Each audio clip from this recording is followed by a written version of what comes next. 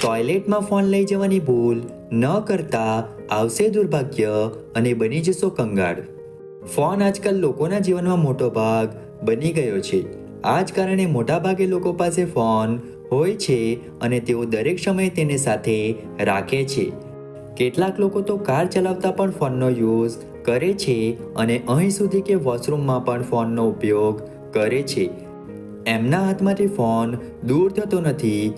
આ ઉપરાંત જે લોકો કલાકો સુધી કમોડ પર બેસીને ફોનનો ઉપયોગ કરે છે તેઓ ખૂબ મોટી ભૂલ કરી રહ્યા છે. આ સ્વાસ્થ્ય માટે પણ હાનિકારક હોય છે, સાથે જ એનાથી ગ્રહો પર ખરાબ અસર પડે છે.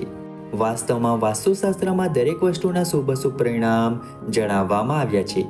વાસ્તુ અનુસાર કેટલીક જગ્યાએ ફોન લઈ જવું જોઈએ નહીં, જેવી કે ટોયલેટ. ટોયલેટમાં ફોનનો ઉપયોગ કેમ ન કરવો? વાસ્તુશાસ્ત્ર અનુસાર ટોયલેટમાં ફોનનો ઉપયોગ કરવાથી બુધ ગ્રહ ખરાબ થાય છે. વાસ્તવમાં ટોયલેટ 12મા ગ્રહનું પ્રતિનિધિત્વ કરે છે અને 12મા ઘરમાં બુધ નબળો હોય છે.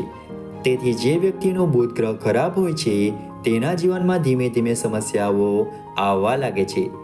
આ સિવાય તેની કોમ્યુનિકેશન સ્કિલ પણ બગડવા લાગે છે, જેના કારણે તેઓનો આત્મવિશ્વાસ ઓછો થઈ જાય છે અને તે લોકો સામે ખુલ્લેઆમ પોતાના વિચારો વ્યક્ત કરી શકતા નથી.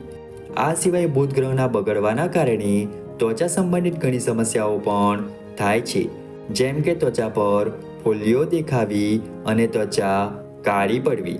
મોબાઈલ ફોન સંબંધિત વાસ્તુ નિયમો. વાસ્તુશાસ્ત્રમાં ફોન સાથે સંબંધિત ઘણા નિયમો સમજાવવામાં આવ્યા છે.